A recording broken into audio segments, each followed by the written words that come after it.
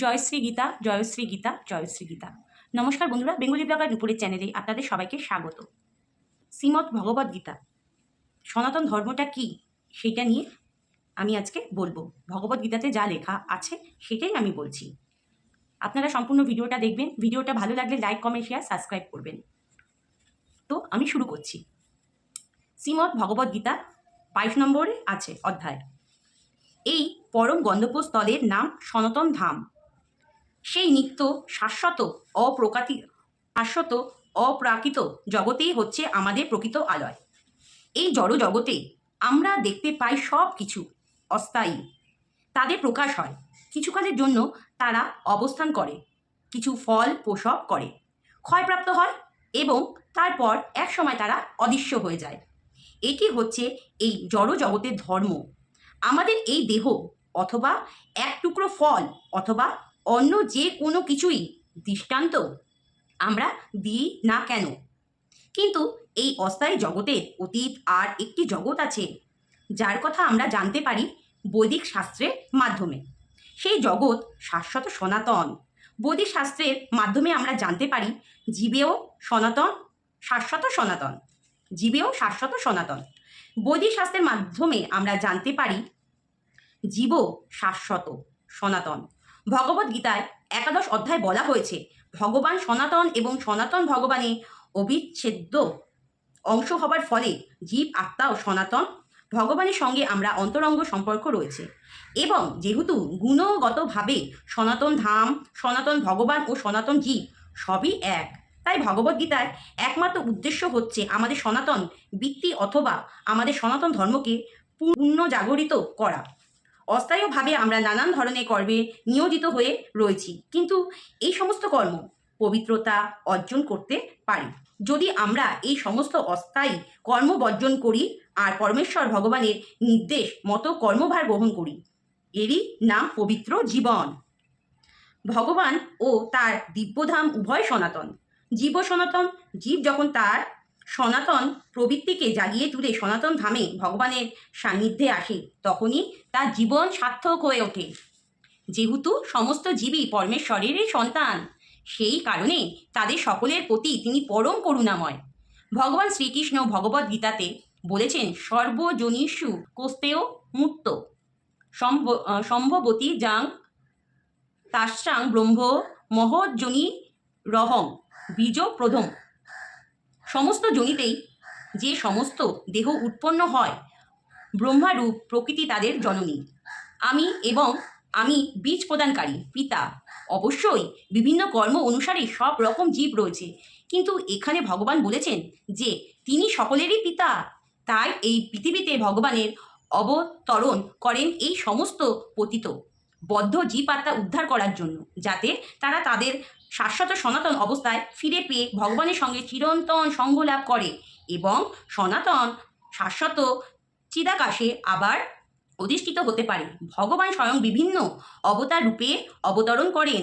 কখনো বা তিনি তার বিশ্বস্ত অনুচরকে অথবা তার প্রিয় সন্তানকে পাঠান, কখনো বা তার অনুগামী ভিত্তকে বা আচার্যকে পাঠান বদ্ধ জীবাত্মাদের উদ্ধার করার জন্য।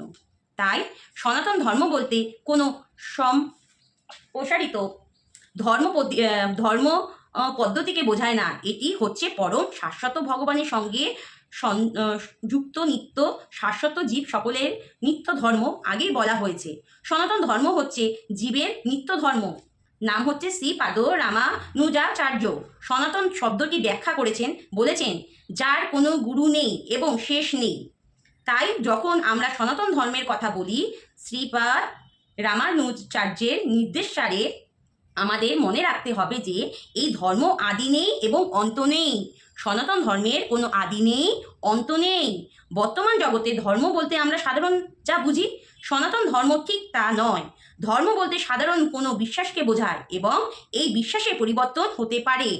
কোনো বিশেষ পন্থার প্রতি কারোর বিশ্বাসও থাকতে পারে এবং সে এই বিশ্বাসের পরিবর্তন করে অন্য কিছু গ্রহণও করতে পারে, কিন্তু সনাতন ধর্ম বলতে সেই সব কার্যকলাপকে বোঝায় যা পরিবর্তন হতে পারে না।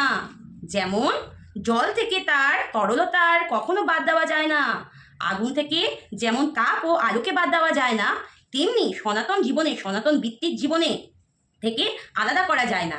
জীবের সঙ্গে তার সনাতন ধর্ম ও তৎপ্রতভাবে জড়িয়ে আছে। সুতরাং যখন আমরা সনাতন ধর্মের কথা বলি তখন শ্রীপাদ রামানুজাচার্যের প্রণাম ভাজ্য মেনে নিতে হবে যে এবং তিনি আদি অন্ত নেই, যার কোনো আদি নেই, অন্ত নেই, সেই ধর্ম কখনো সাম্প্রদায়িক হতে পারে না।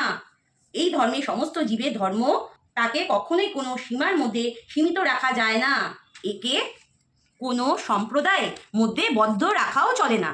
কিন্তু তবু কিছু সাম্প্রদায়িক লোক মনে করে যে সনাতন ধর্ম একটি সাম্প্রদায়িক ধর্ম, কিন্তু এটি তাদের দৃষ্টিভঙ্গির সংকীর্ণতা। এই বিকৃতি বুদ্ধিজাত অন্ধতার প্রকাশ। আমরা যখন আধুনিক বিজ্ঞানের পরিপ্রেক্ষিতে সনাতন ধর্মের যথাযথ বিশ্লেষণ করি তখন দেখি যে এই ধর্ম পৃথিবীর প্রতিটি মানুষের ধর্ম, শুধু তাই নয়, এই ধর্মের সমগ্র বিশ্ব ব্রহ্মাণ্ডের প্রতি জীবের ধর্ম। অসনাতন ধর্মের বিশ্বাস সূত্রপাতে পৃথিবীর ইতিহাসের বর্ষপুঞ্জিতে লেখা থাকতে পারে, কিন্তু সনাতন ধর্মের সূত্রপাতে কোনো ইতিহাস নেই, কারণ সনাতন ধর্ম সনাতন জীবনের সঙ্গে অঙ্গীভাবে যুক্ত থেকে চিরকালই বর্তমান। জীব সম্বন্ধে শাস্ত্রে বলা হয়েছে যে সে জন্ম মৃত্যু অতীত। ভগবদ্গীতাতে বলা হয়েছে যে জীবের জন্ম নেই, মৃত্যুও নেই, সেই শাশ্বত, অবিনশ্বর এবং তার দেহের মৃত্যু হলেও তার কখনো মৃত্যু হয় না। সনাতন ধর্ম বলতে যে ধর্ম বোঝায় তা আমাদের বুঝতে হবে। ধর্ম কথাটি সংস্কৃতের অর্থের মাধ্যমে ধর্ম বলতে বোঝায় যা অপরিহার্য অঙ্গরূপে কোনো কিছুর সঙ্গে অঙ্গাঙ্গিভাবে জড়িত থাকে। যেমন তাপ ও আলোকে, এই দুটি গুণ আগুনের সঙ্গে অঙ্গাঙ্গিভাবে জড়িত। তাপ ও আলোক ছাড়া আগুনের কোনো রকম প্রকাশ হতে পারে না। তেমনি জীবের অপরিহার্য অঙ্গ কি? জীবের অস্তিত্বে প্রকাশ কিভাবে হয়? জীবের অস্তিত্বের প্রকাশ কিভাবে হয়? হয়তো আমি পড়তে পড়তে অনেক কিছু আমার উচ্চারণে ভুল হতে পারে, আপনারা একটু মানিয়ে গুছিয়ে নেবেন। তাই নিত্য সঙ্গী রূপে যা তার সঙ্গে চিরকাল বিদ্যমান তা কি জিজ্ঞেস করছে, কোশ্চেন মার্ক। আর এই নিত্য সঙ্গী হচ্ছে তার শাশ্বত গুণ বৈশিষ্ট্য, এবং শাশ্বত গুণ বৈশিষ্ট্য হচ্ছে সনাতন ধর্ম। সনাতন গোস্বামী যখন শ্রী চৈতন্য মহাপ্রভুকে জীবের স্বরূপ সন্ধানে জিজ্ঞাসা করেন তখন শ্রী চৈতন্য মহাপ্রভু বলেন, জীবের স্বরূপ হয় কৃষ্ণের নিত্যদাস, পরম পুরুষোত্তম ভগবান নিত্য দাসত্বেই ইচ্ছে জীবের স্বরূপ বৈশিষ্ট্য। শ্রী মহাপ্রভুর এই উক্তির বিশ্লেষণ যদি আমরা করি তাহলে আমরা সহজেই বুঝতে পারবো যে প্রতিটি জীবেই সর্বক্ষণ কারোর না কারোর সেবায় ব্যস্ত। আমরা জীবরা কারোর না কারোর সেবায় ব্যস্ত। এইভাবে অপরের সেবা করার মাধ্যমেই জীব জীবনকে উপভোগ করে। নিচু স্তরের পশুরা ভৃত্য যেভাবে প্রভুর সেবা করে ঠিক সেইভাবে মানুষ সেবা করে। মানুষের ক্ষেত্রে আমরা দেখতে পাই যে খ প্রভুকে ক সেবা করে, গ প্রভুকে খ সেবা করে, আর গ সেবা করে ঘ প্রভুকে। এইভাবে সকলেই কারোর না কারোর দাসত্ব করে চলছে। এই পরিবেশে আমরা দেখতে পাই বন্ধুর সেবা করে, মা সন্তানের সেবা করে, স্ত্রী স্বামীর সেবা করে, স্বামী স্ত্রীর সেবা করে ইত্যাদি। এইভাবে খোঁজ করলে দেখা যাবে যে জীবকুলের সমাজে সেবামূলক কোনো কাজের কোনো না কোনো অন্যথা নেই। অনেকটা বড় ভিডিও হয়ে যাচ্ছে, অন্যথা নেই। রাজনৈতিকবিদেরা জগতের কাছে তারা তাদের নানা প্রতিশ্রুতি শুনিয়ে তাদের সেবার ক্ষমতা বোঝার চেষ্টা করে থাকে। ভোটদাতারা তাই মনে করে যে রাজনীতিবিদরা সমাজের খুব ভালো সেবা করতে পারে, তাই তারা তাদের মূল্যবান ভোট তাদের দিয়ে দেয়। দোকানদার খরিদ্দারের সেবা করে এবং শিল্পী ধনী সম্প্রদায় সেবা করে।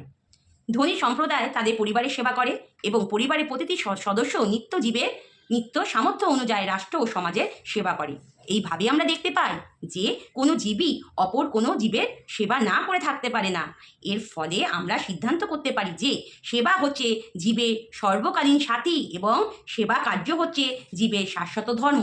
তবুও মানুষ দেশ কাল পাত্র অনুসারে হিন্দু, মুসলিম, খ্রিস্টান, বৌদ্ধ ইত্যাদি ভিন্ন ভিন্ন বিশ্বাসের সঙ্গে নিজেদের যুক্ত করার ফলে ভিন্ন ভিন্ন ধর্মাবলী হয়ে পড়ে। এই ধরনের ধর্ম বিশ্বাস কখনোই সনাতন ধর্ম নয়। কিন্তু হিন্দু তারা বিশ্বাস পরিবর্তন করে মুসলিম হতে পারে, অথবা কোনো মুসলমান ধর্ম পরিবর্তন করে হিন্দুও হতে পারে, কিংবা কোনো খ্রিস্টান তার বিশ্বাস বদলাতে পারে। কিন্তু এই ধর্ম বিশ্বাসে পরিবর্তন হলেও অপরকে সেবা করারই যে শাশ্বত প্রবৃত্তি মানুষের আছে তার কোনো পরিবর্তন হয় না। হিন্দু, মুসলমান, বৌদ্ধ, খ্রিস্টান যে কোনো ধর্মাবলী হোক না কেন, মানুষ প্রতিনিয়ত অপরের সেবা করে চলছে। তাই যে কোনো ধর্ম বিশ্বাসকে অবলম্বন করা এবং সনাতন ধর্মাচরণ করা অর্থ এক নয়। সেবা করাই হচ্ছে সনাতন ধর্ম। বাস্তবিক ভগবানের সঙ্গে আমাদের সম্পর্ক হচ্ছে সেবা করার সম্পর্ক। পরমেশ্বর হচ্ছেন পরম ভোক্তা এবং আমরা জীবেরাই হচ্ছি তার সেবক। তারাই সন্তুষ্ট বিধানের জন্য আমাদের সৃষ্টি হয়েছে এবং ভগবানকে সন্তুষ্ট করার জন্য আমরা যদি সর্বদাই তার সেবা করে চলি তবেই আমরা সুখী হতে পারি। এই ছাড়া আর কোনোভাবেই সুখী হবার আমাদের পক্ষে সম্ভব নয়। উদরকে বাদ দিয়ে, উদর মানে পেট, উদরকে বাদ দিয়ে শরীরের কোনো অঙ্গ যেমন স্বতন্ত্রভাবে সুখী হতে পারে না, আমরাও তেমন ভগবানের সেবা না করে সুখী হতে পারি না। আজকে তাহলে এইটুখানি থাক। যদি পড়তে গিয়ে আমার কোনো যদি ভুল ত্রুটি হয় নিজ গুণে ক্ষমা করে দেবেন। সবাই ভালো থাকুন, সুস্থ থাকুন। সনাতন ধর্ম হচ্ছে সেবা করা। সনাতন ধর্ম হচ্ছে সেবা করা। যদি আবার সময় পাই আবার পড়বো। আমার এগুলো পড়া হয়ে গেছিলো, তাও ভাবলাম সনাতন ধর্ম নিয়ে এত যখন কথা ওঠে একটু সনাতন ধর্মটা নিয়ে পড়ি। আমাদের এই ভগবদ্গীতাতেই লেখা আছে 24 নম্বর থেকে 22, কোথা থেকে পড়লাম আমি 22 নম্বর থেকে পড়েছি। 22 নম্বর থেকে 24 নম্বর পর্যন্ত পড়লাম, না সরি 25 নম্বর পর্যন্ত পড়লাম। ভগবানের সেবা না করলে সুখী হওয়া যায় না। তো যে যেখানে আছেন সবাই ভালো থাকুন, সুস্থ থাকুন, এই কামনাই করি। ভালো ভালো জিনিস দেখুন, ভালো ভালো কথা শুনুন, দেখুন সবার ভালো হবে। আর ভণ্ডদের থেকে দূরে থাকুন। গীতা পড়ুন, গীতা পড়ুন। গীতা না সংস্কৃত ভাষায় লেখা আছে, আমি হয়তো কয়েকটা সংস্কৃত ভাষা পড়েছি, উচ্চারণে ভুল হতে পারে, তাও বাংলাও ট্রান্সলেশন করা আছে। সবাই ভালো থাকুন, সুস্থ থাকুন, এই বলে আমার ভিডিওটা শেষ করছি। পরে আবার একটা ভিডিও ছাড়বো। সবাই ভালো থাকুন, সুস্থ থাকুন।